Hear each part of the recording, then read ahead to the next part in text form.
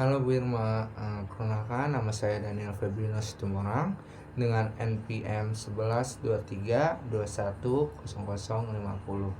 Nah, pada hari ini saya ingin mempresentasikan tentang materi dari manajemen keuangan yang berjudul Risiko dalam Manajemen Keuangan.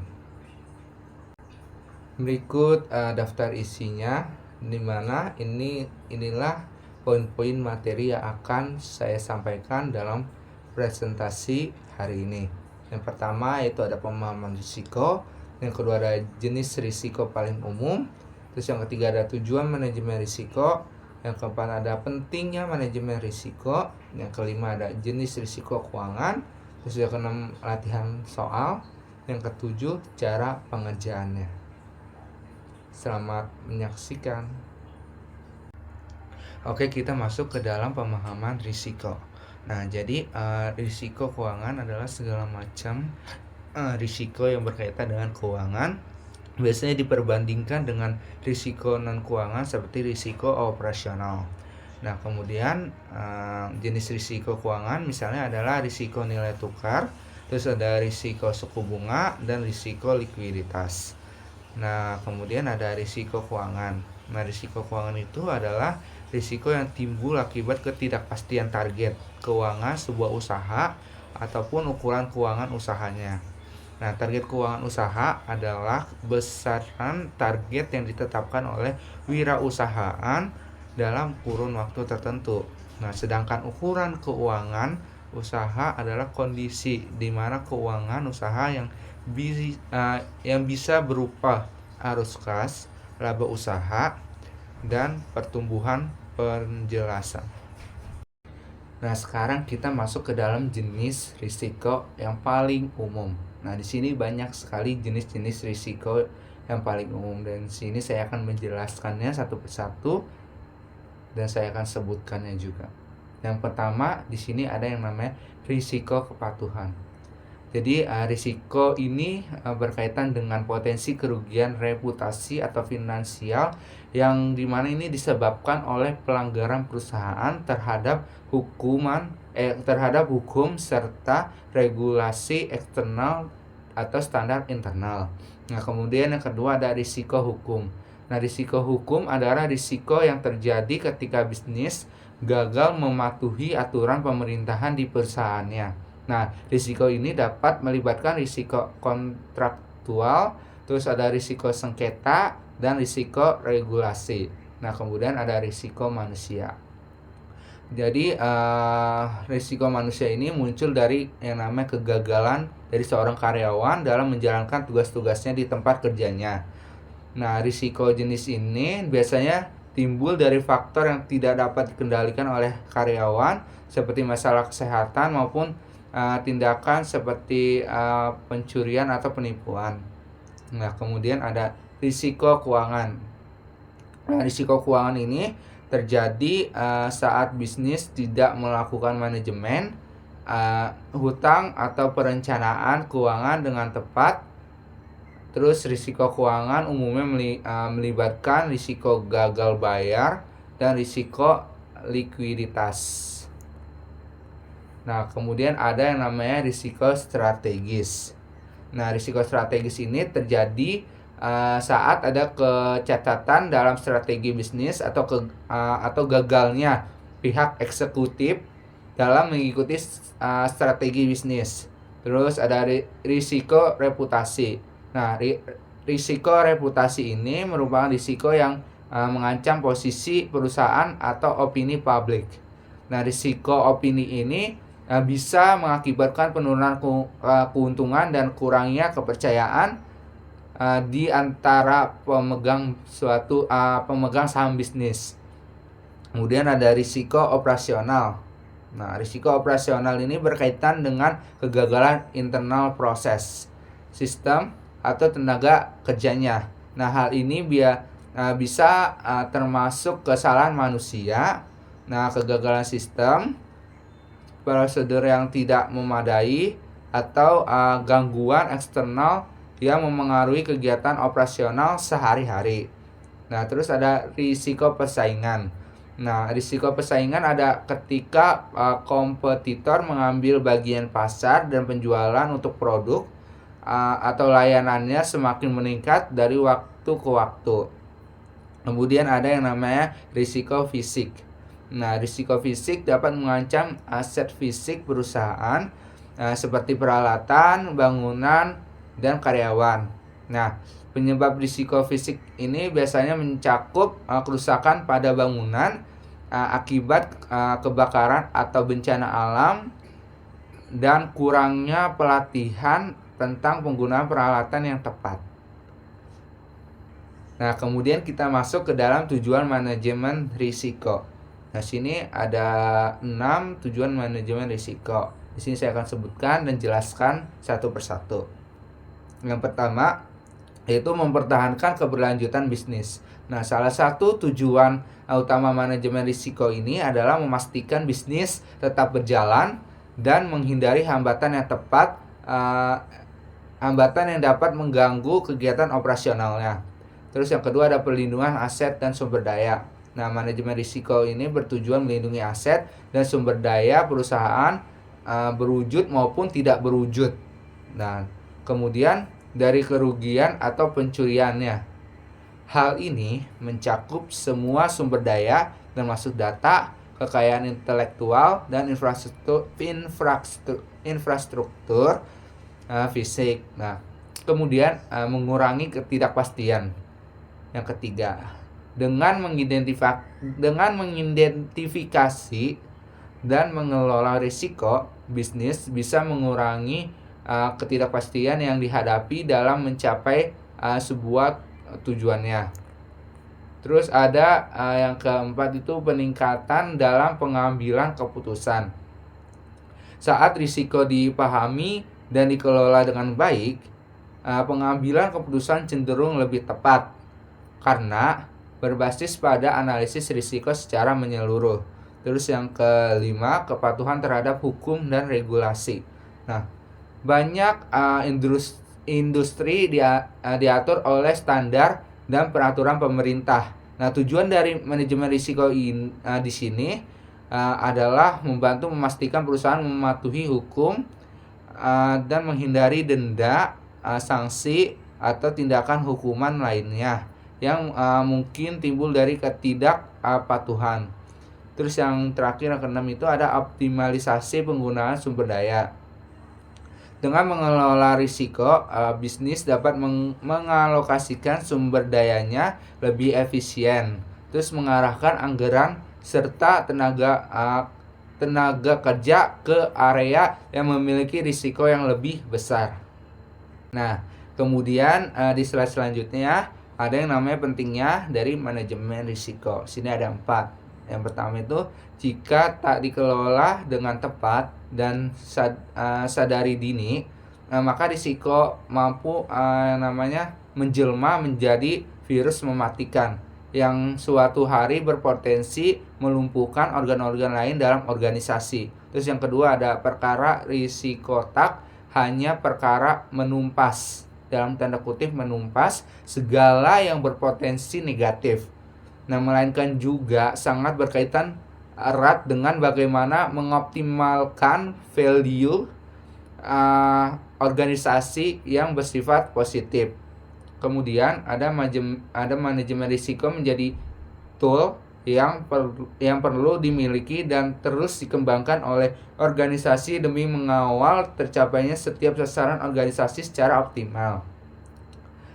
Terus kemudian terakhir menumbuh kembangkan role model pengelolaan risiko yang tepat, yang baik sangat dibutuhkan. Tak sekedar berhenti pada level pimpinan maupun teknis, namun juga perlu mendorong terwujudnya bea cukai sebagai role model pengelolaan risiko bagi instansi lainnya. Kemudian masuk ke dalam slide selanjutnya yaitu jenis risiko keuangan. Nah, yang pertama ini risiko nilai tukar atau risiko mata uang adalah suatu bentuk risiko yang muncul karena perubahan nilai tukar suatu mata uang terhadap mata uang yang lain. Nah, suatu perusahaan atau pemodal yang memiliki aktivitas operasi bisnis lintas negara akan memperoleh yang namanya itu risiko ini jika tidak menerapkan lindung nilai atau hedging. Nah, kemudian ada yang kedua risiko suku bunga. Nah, risiko suku bunga adalah risiko yang timbul karena nilai relatif aktiva berbunga seperti pinjaman atau obligasi akan memburuk karena peningkatan suku bunga secara umum. Jika suku bunga meningkat, harga obligasi berbunga tetap akan turun. Demikian juga sebaliknya. Nah, kemudian ada risiko likuiditas, di mana risiko ini yang muncul jika suatu pihak tidak dapat membayar kewajibannya yang jatuh tempo secara tunai meskipun pihak tersebut memiliki aset yang cukup bernilai untuk melunasi kewajibannya, tapi ketika aset tersebut dikatakan tidak liquid. Kemudian kita masuk ke dalam slide latihan soal. Nah, bisa kita lihat dalam layar di belakang saya ini. Sini udah terdapat latihan soal atau contoh soal untuk kita kerjakan. Nah, di sini dari PT Cundamani memiliki dua proyek investasi, yaitu investasi A dengan investasi B. Nah, besarnya aliran kas dan probabilitas atau kemungkinan yang terjadi untuk setiap aliran kas adalah berikut tabel yang sudah tertera di layar. Nah, pertanyaan dari soal tersebut yang pertama, yang A itu hitunglah tingkat aliran kas yang diharapkan untuk investasi A dan investasi B. Yang kedua, hitunglah deviasi standar untuk investasi A dan investasi B. Terus yang C ini, hitunglah koefisien variasi untuk investasi A dan investasi B. Nah, yang D ini, dari informasi tersebut proyek manakah yang tingkat risikonya lebih kecil? Berikut nanti kita bahas bareng-bareng di video selanjutnya. Oke, kita masuk ke dalam cara pengerjaannya. Mari kita bahas sama-sama. Nah, tadi untuk yang soal A tadi, dimana hitunglah tingkat aliran kas yang diharapkan untuk investasi A dan investasi B. Nah, di sini untuk investasi A kita cari dulu untuk investasi A dengan investasi B. Nah, rumusnya ini kita kalikan aliran kas dengan jumlah aliran kas dikali dengan probabilitas untuk investasi A. Kita kalikan semuanya dari atas sampai bawah sampai menemukan hasilnya.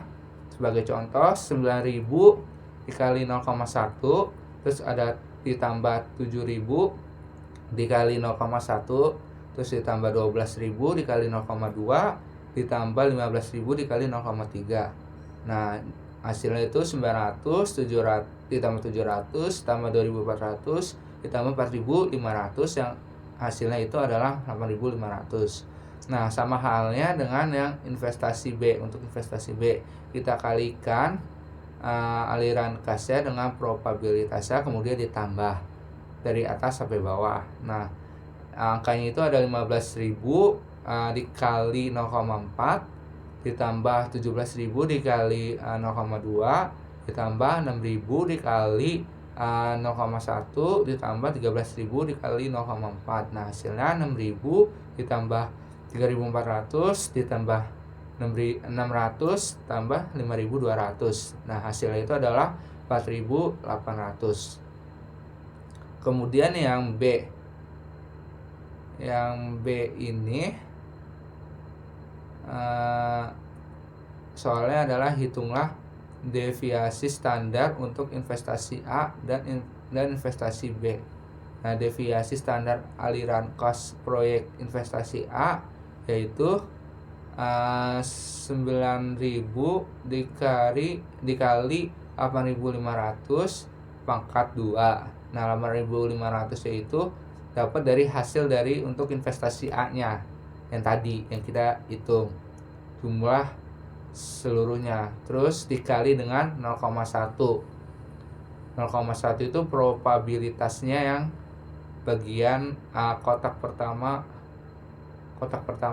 dari 4 kotak ya, dari 4 kotak bawah ya, 4 kotak bawah. Terus ditambah 7.000 dikurang 8.500 tetap dimasukin. Oke, berurutan dari kotak tersebut yang investasi A itu kepake semua, tetap dimasukin. Terus di akar pangkatin dikali dengan probabilitas yang keduanya 0,1 tambah 12.000 dikurang 8.500 pangkat 2 dikali 0,2. Terus 15.000 dikurang 8.500 pangkat 2 dikali 0,3. Nah, jumlahnya itu 25.000 tambah 225.000 tambah 2.450 dan ditambah 12.675.000. Dan dimana hasilnya itu adalah 15.375.000.